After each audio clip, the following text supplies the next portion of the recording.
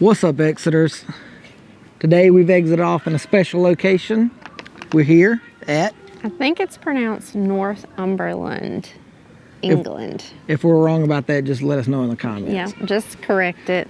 But and the castle, if I'm pronouncing it correctly, is Alnwick Castle. Again, let us know in the comments, because you know we're horrible at like pronouncing anything. So, but we're here because this was one of the locations for Harry Potter, but we'll get into that later. Join us on this adventure.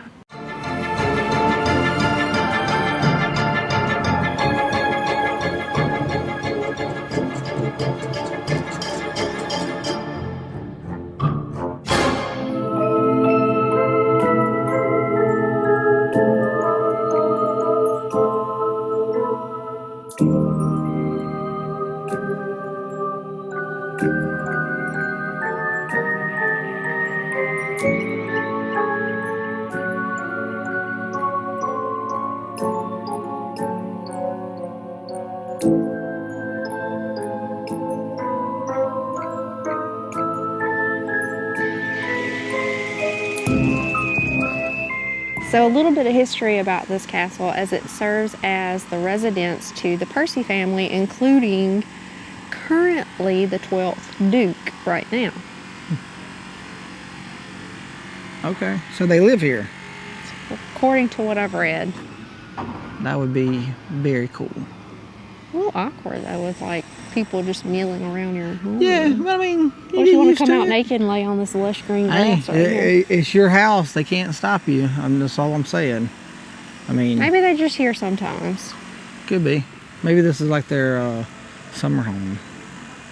So one reason we wanted to come visit here is because there is a ghost and vampire story related to this castle. Ooh, I like that. And just see some cool filming locations, including Harry Potter and Downtown Abbey, which we have not seen. Not gonna lie. Started watching Outlander. I guess that counts for something. All right, so it says the staterooms are open, so we're about to go check those out real quick. Yeah.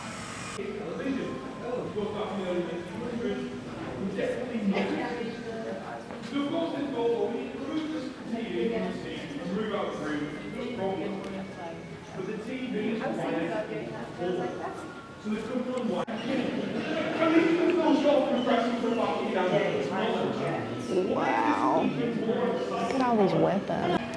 Okay, so the staterooms, we weren't exactly allowed to film inside just because there are current photos of the Duke and his family. So they were like, no photography, which was very sad because it is absolutely beautiful inside.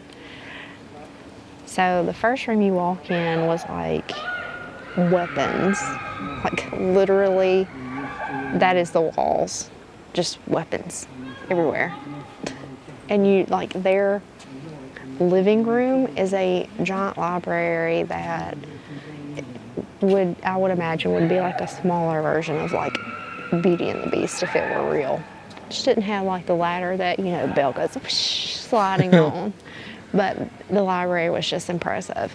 But that is their living room. There's a giant TV in the middle of it. And it's a little weird, but there's a lot of stuffed animals, like real animals, like taxidermy stuff. Well, you know, where we got Winnie cremated when she passed, maybe they just stuff them. There's a lot. There's dogs, and I saw a rat, and I'm a little questionable about the rat. It was Peter Pettigrew, I'm telling you, they finally got him.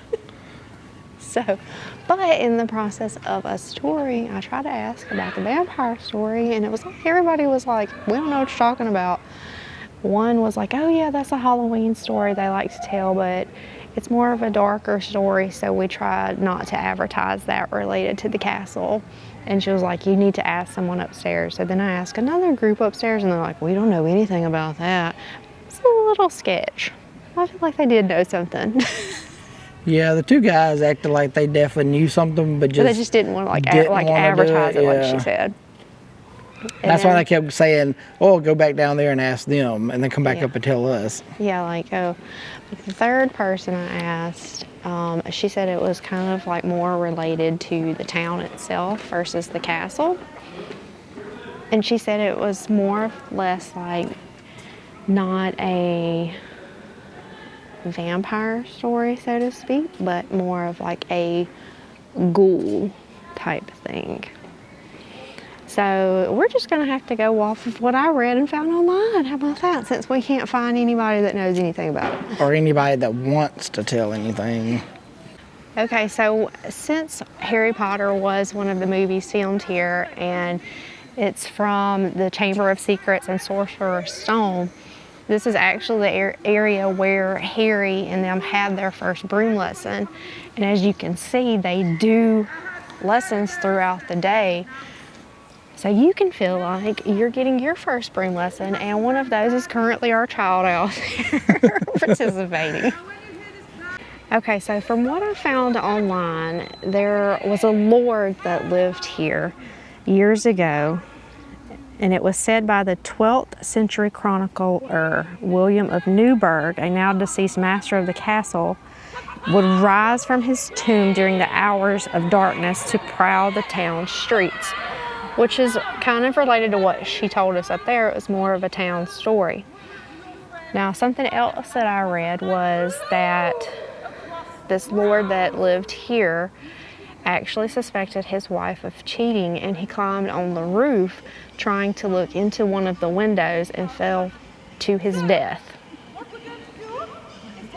So that's kind of how this person died, and thus started creating havoc on the town people. So local priests reported how his body would leave a stench of death, and that pestilence actually broke out. The local people of the town blamed the vampire, or ghoul, if you want to say, for the plague breakout and set out to end the misery. So in order to do that, they armed themselves and went to the cemetery and began to dig where this lord had passed away and been buried. They came to the body, but it was only a thin layer of earth. It was gorged, swollen, with a frightful look. They just then started stabbing his body, and blood started pouring from his body, proving that he was a vampire. So it says the body was taken from these castle grounds and burned to ash, and after that the pestilence ended. So aside from this vampire ghoul story related to the castle, there is also reports of a gray lady ghost. They say that this was a particular person that worked here at one time, like a maid person. Said that she fell down a chute, and the dumbwaiter that actually carries the food up and down actually broke and fell on top of her. Ooh. And so you can Pancake. actually see her walking in tunnels beneath the castle. Two other stories that one of the tour people told us about, having to do with the area, not so much the castle itself, was that she, obviously this is a very old place and it dates back for years and years, so there's going to be tons of stories related to it. But she said that one in particular was about soldiers. They have reported seeing soldiers that haunt the area. There's also tales related to 3 men that supposedly stole gold and buried it somewhere near here, and basically each started deceiving each other, and one by one they killed off the others. Kind of wonders what happened to the last one. There had to be one still standing, so why didn't he go get the gold? Maybe it was like double murder. Like one killed one, and then when they went to go kill the other one, he was like, "You ain't killing me," and they killed each other. Stab and a shoot type. Yeah. I don't know. Anyway, so basically, people still believe that the gold is buried somewhere, and they still look for it. I'm gonna find that gold. Get them doubloons. All right, guys. Well, that wraps it up here at this castle. It's not going to even attempt to pronounce it. I'm not. I'm tired of butchering Alnwick. names. There you go. And all the lores and mysteries that we could find out. Really wish we could have showed you the staterooms because that was so beautiful. But it is what it is. So, we hope you guys enjoyed this video. Anyway, catch you guys down the road at the next exit. Keep it spooky. Later.